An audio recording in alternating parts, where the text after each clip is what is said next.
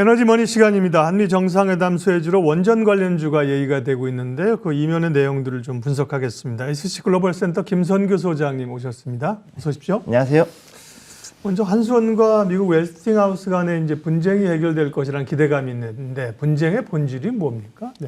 역시 가장 중요한 거는 이 원천 기술에 대한 부분이 네. 가장 큰 이슈가 되는 건데요. 지금 요 체코 원전 때문에 사실 싸움이 난 거죠. 네. 여기 그 체코 두코바니 원전이라고 있는데 요거 내용을 보시게 되면은 이 한수원하고 웨스팅하우스가 여기에 동시에 참가를 했습니다, 원래.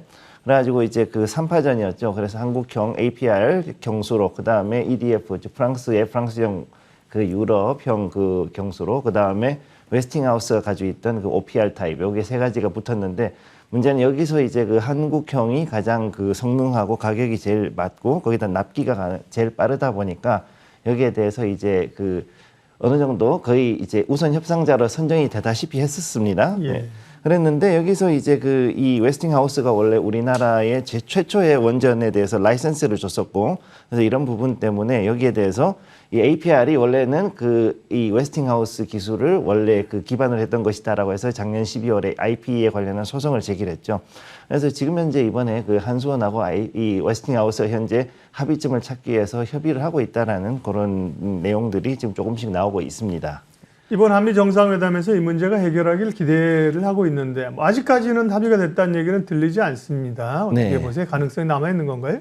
제가 봤을 때는 충분히 가능성은 좀 있고요. 네. 그 다음에 이제 그 한미 정상회담에서 아마 이 부분을 얘기를 할 것 같은데, 결국은 이제 앞으로 그 이 원전 부분이 이런 대형 원전 이외에도 이제 SMR 쪽으로 가기 때문에 예. 이 부분에 대한 것들에 대해서도 역시 좀 해야 되거든요. 그래서 현재 방미 경제사절단 122개사 중에서 지금 현재 보면은 두산에너빌리티나 현대건설 같은 이런 업체들이 지금 원전의 시공 그 경력이 있던 업체들이 참여하고 있기 때문에 네. 이번에 그 한미 정상회담에서 만약 양국 정상이 이 원전에 대해서 어떤 얘기를 할 것인가, 이게 제일 중요하고, 그 다음에 여기에 따라서 이제 원전에 관련된 그 지분에 대해서, 그러면 설계 지분에 대해서 과연 우리가 웨스팅하우스를 얼마 정도 인정을 해줄 것인가, 이 부분만 남아있지 사실상 그 공동 참여라고 보시면 되겠습니다. 이 부분은.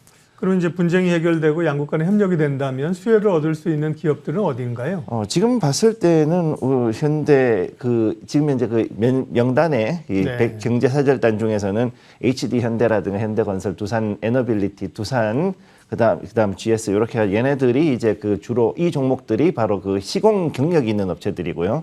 그다음에 원전 소부장으로 일단 뭐 서전기전이나 올비텍이라든가 그다음에 이제 뭐 대창솔루션, 그다음에 뭐 다원시스라든가 뭐 이런 우리 기술 같은 이런 소부장 관련주도 좀 봐야 되고, 그다음에 한전의 자회사 3사 있죠. 그 한전기술, 한전산업, 그다음에 한전 KPS 이런 세 개의 회사의 움직임을 좀 잘 지켜봐야 될 것으로 보입니다. 네. 그리고 이 웨스팅하우스하고의 분쟁 말고 또 좀 원전 관련해서 뭐 한미 관계라든지요, 향후 변화 주목할 건 어떤 게 있습니까? 지금 현재 가장 큰 건 역시 많은 분들이 걱정하는 그 IRA 관련돼서 2차 전지 관련된 보조금 제외라든가 네. 자동차에 대한 그 보조금 제외 이런 것들이 가장 큰 문제인데, 네. 그럼 이 부분에 대해 가지고서 과연 이제 어떤 식으로 인센티브를 조금 더 다르게 우회해서 줄 것인가, 그 다음에 지금 현재 SMR을 어떤 식으로 갈 것인가가 가장 큰 이슈가 되는데, 네. SMR 같은 경우는 지금 현재 보면 삼성물산이나 두산에너빌리티나 SK이노베이션이 지금 그 미국 내에 있는 그 중요한 그 스타트업들, 원전 스타트업들에 투자를 다 하고 있습니다, 지분을. 그래서 뉴스케일 파워라든가 테라파워 같이 차후에 이런 그 SMR 개발에 투자하는 기업들의 이 협력으로 해서 성장 가능성이 있기 때문에 현재로서는 이 시공이라든가 전체적인 운영, 유지 보수에 대한 경험, 노하우가 그 엄청나게 한국에 많이 쌓여 있기 때문에 미국 입장에서는 이거를 꼭 가져가야 되거든요. 그러니까 여기에 대해서 협정할 수밖에 없고, 지금 나와 있는 걸 보면 테라파워 같은 경우는 이제 TWR, 그러니까 그 이동파형 그 원자로라고 그래서 요거를 이 방사성 폐기물이 굉장히 작게 나오는 이런 원자로에 대한 기술도 우리하고 같이 좀 협력을 하고 있습니다. 그래서 추후에 보면은 우진이라든가 이제 BHI라든가 이런 일진파워 같이 그 핵연료 재활용, 특히 이제 그 이런 TWR 같은 그 이동파 관련된 핵연료 재활용 관련 종목들을 조금 더 보실 필요가 있겠습니다. 한수원하고 웨스팅하우스 간의 분쟁도 그렇지만 SMR을 주목해서 봐야 되는군요. 원전에 관심 있는 투자자들에게 앞으로 어떻게 좀 전략을 가져가야 될지 마무리해 주시겠습니까? 예, 지금 현재 봤을 때는 이 SMR 개발이 사실은 시간이 한 2026년까지로 보고 있거든요. 네. 그러니까 요거는 좀 당장 눈앞에 있는 어떤 원전 수주를 가지고 조금 더 대형의 APR 그 계열의 그 한수원이 지금 진행하고 있는 이런 부분에 대한 수주를 조금 더 중시해야 될 필요가 있고 우선은 그다음에 2026년에 SMR 시제품이 이제 곧 출시가 되는데 거기에 맞춰가지고 가려고 그러면 상당히 지금 2년 이상 시간이 있지 않습니까? 거의 3년 정도가 있으니까 저점에서 서서히 분할 매수하는 식으로 해서 들어가는 것이 유효할 것이라고 보고 있고요.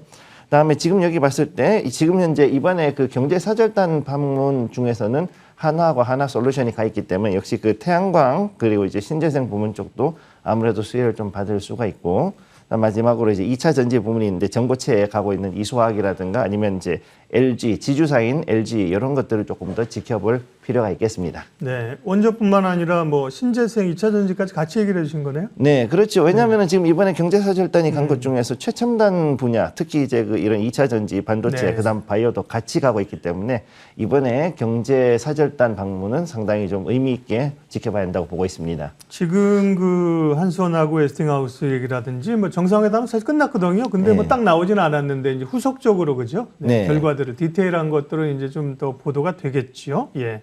에너지머니 SC 글로벌 센터 김선규 소장님 함께했습니다. 고맙습니다. 감사합니다.